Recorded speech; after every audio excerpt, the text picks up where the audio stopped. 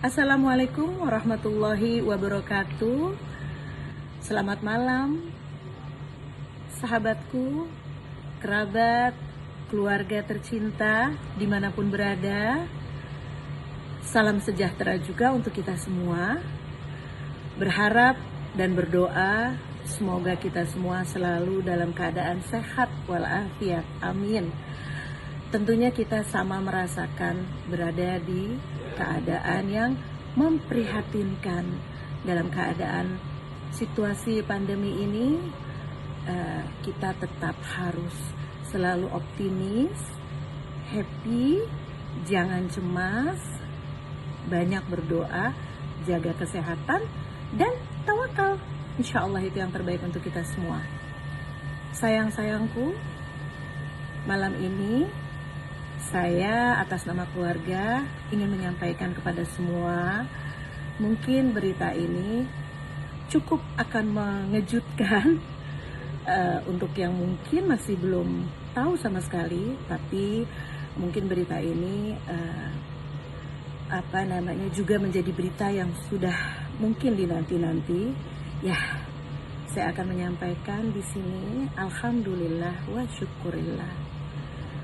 Hari ini, malam ini adalah malam ke-11 Umi Elvi yang saya cintai, yang kita semua cintai, kembali berada di rumah saya setelah hampir 19 hari ya, 19 hari dirawat di rumah sakit Pondok Indah Bintaro.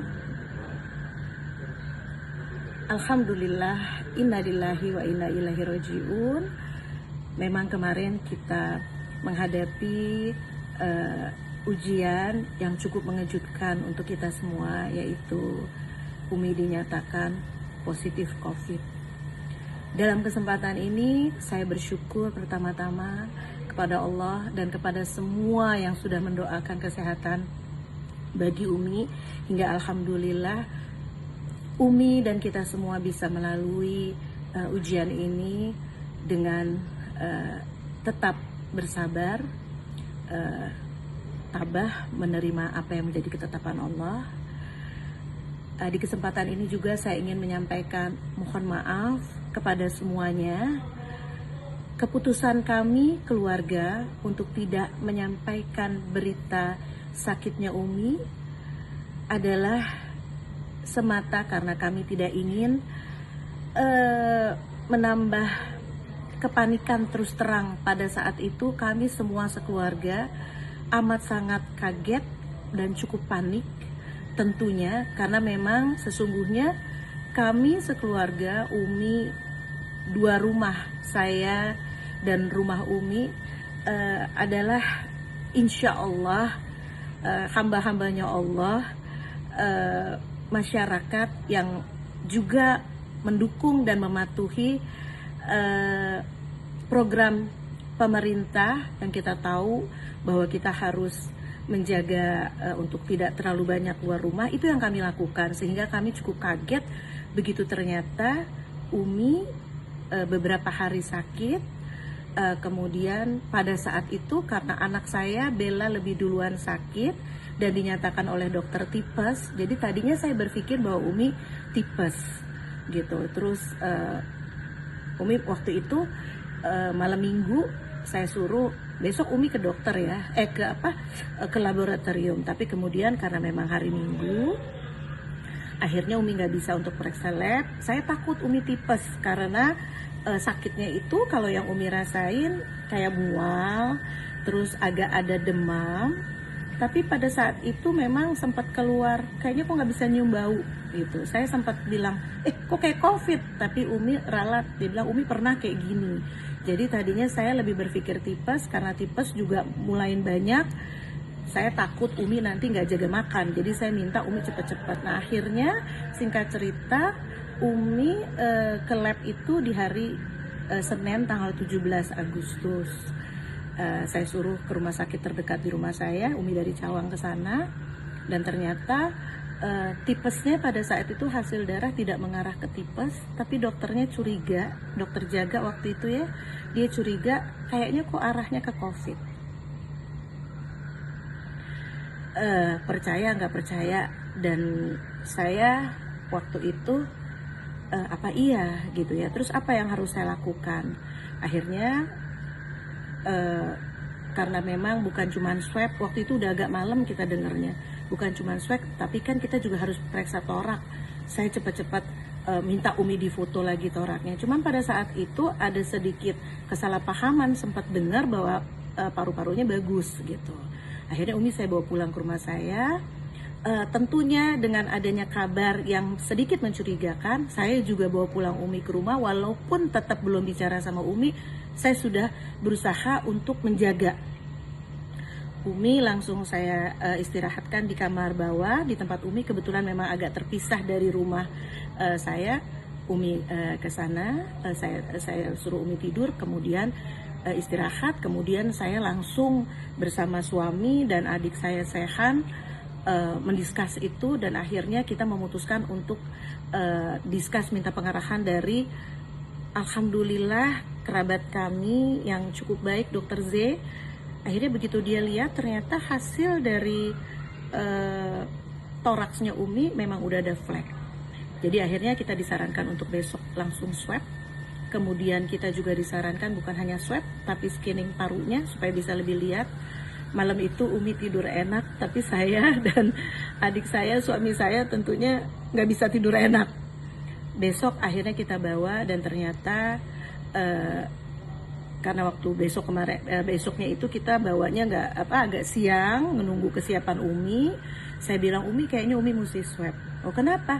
Nggak apa-apa, swab aja coba gitu kan, karena kan sekarang seperti ini. Akhirnya Umi udah mulai agak lemas, tapi Umi alhamdulillah nggak ada sesek. Terus kemudian kita bawa ke rumah sakit, periksa, swab dan scanning.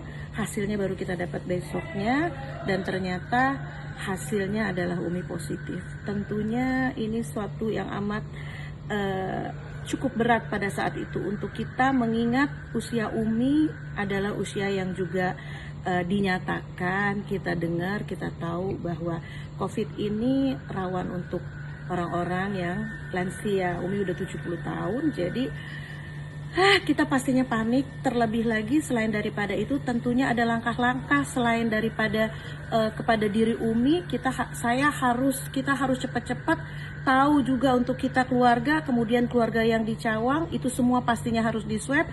Kemudian kita juga langsung berpikir secara cepat bahwa selama ini Umi kemana, dan alhamdulillah ternyata memang karena tadi saya bilang bahwa kita semua memang sedang berada di dalam rumah, kecuali pulang kita dari puncak waktu itu liburan Idul Adha keluarga. Umi sempat melakukan promosi lagu terbarunya ke radio, itu aja. Umi cuma sempat ke situ. Jadi dan di situ saya tanya kabarnya, kebetulan udah sore, jadi udah nggak ketemu siapa-siapa. Jadi alhamdulillah, saya pikir nggak ada hal yang menjadi ketakutan kami bahwa Umi akan menularkan ke orang lain. Jadi yang pasti keluarga terdekat itu yang harus kita perhatikan. Kemudian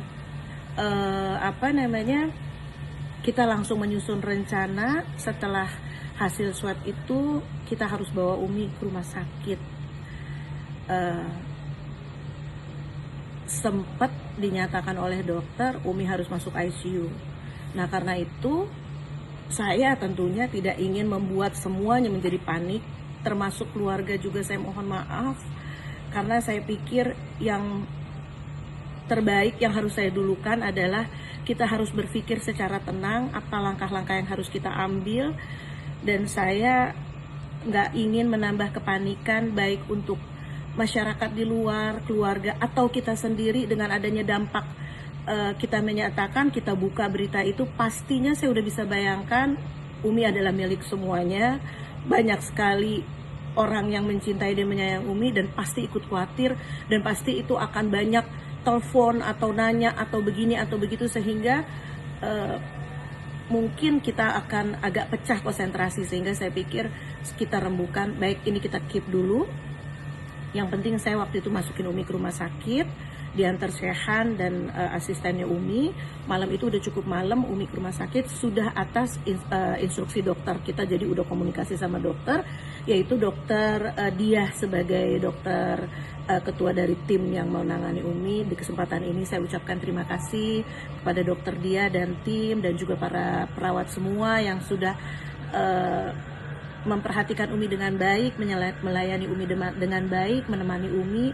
Juga ada dokter Fahmi, dokter Faisal, dan terutama dokter Z yang akhirnya habis itu bekerja keras untuk kita, karena setelah itu selanjutnya adalah saya swab sekeluarga, dan alhamdulillah kami sekeluarga di Pejaten negatif. Ya, ceritanya panjang, nanti insya Allah 3 hari lagi Umi selesai menjalankan isolasi di rumah, di mana dokter menyarankan setelah dirawat 19 hari di rumah sakit, kepulangan Umi di rumah juga harus Umi taati dengan menjalankan isolasi lagi selama 14 hari. Alhamdulillah hari ini sudah berjalan 11 hari. Insya Allah mudah-mudahan setelah ini kita semua akan berkumpul sama Umi, dan semuanya bisa lihat Umi bisa menjelaskan detailnya, bisa berbagi, bisa mungkin menceritakan apa yang dia rasakan. Jadi itu semua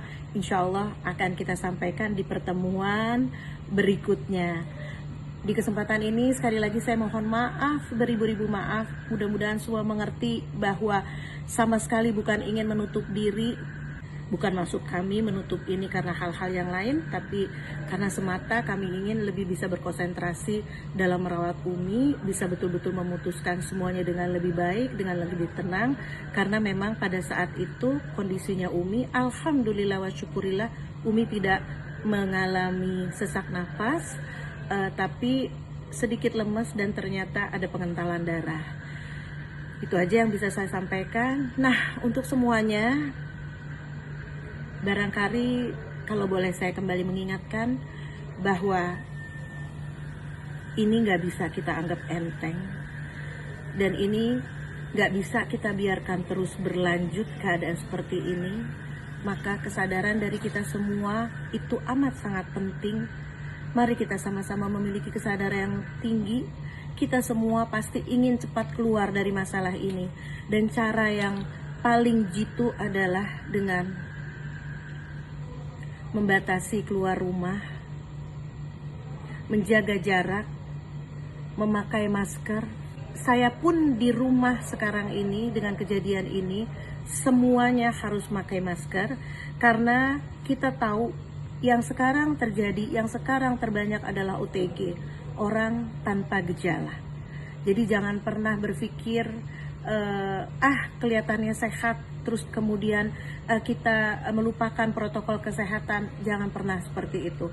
Apapun ceritanya, tetap di hati kita pasti selalu saling cinta. Kita tidak salaman sekarang, tidak berjabat tangan, bukan berarti hilang rasa hormat, bukan berarti hilang kasih sayang. Tidak, kita menjaga jarak pun seperti itu, bukan karena itu, tapi keadaan yang sedang membuat kita seperti ini. Dan itu yang memang harus kita ikuti untuk memutus rantai penyebaran virus ini. Insya Allah mudah-mudahan cuci tangan, jaga jarak, pakai masker, tidak keluar rumah jika tidak punya keperluan yang mendesak.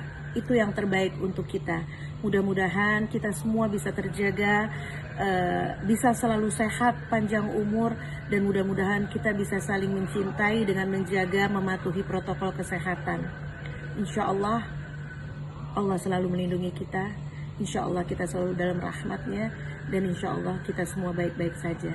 Terima kasih, sekali lagi mohon maaf, sekali lagi terima kasih untuk semua doa. Alhamdulillah, saya bisa tetap menerima doa dari semuanya, dan saat ini saya menyatakan maaf sekali lagi. Semoga semua bisa mengerti dan bisa mendoakan kita semua, terutama Umi. Insya Allah mudah-mudahan semakin sehat, semakin kuat, semakin bisa menjaga diri dengan baik untuk kita semua, dan insya Allah kita panjang umur fi taatillah. Mohon maaf lahir dan batin. Terima kasih banyak. Assalamualaikum warahmatullahi wabarakatuh.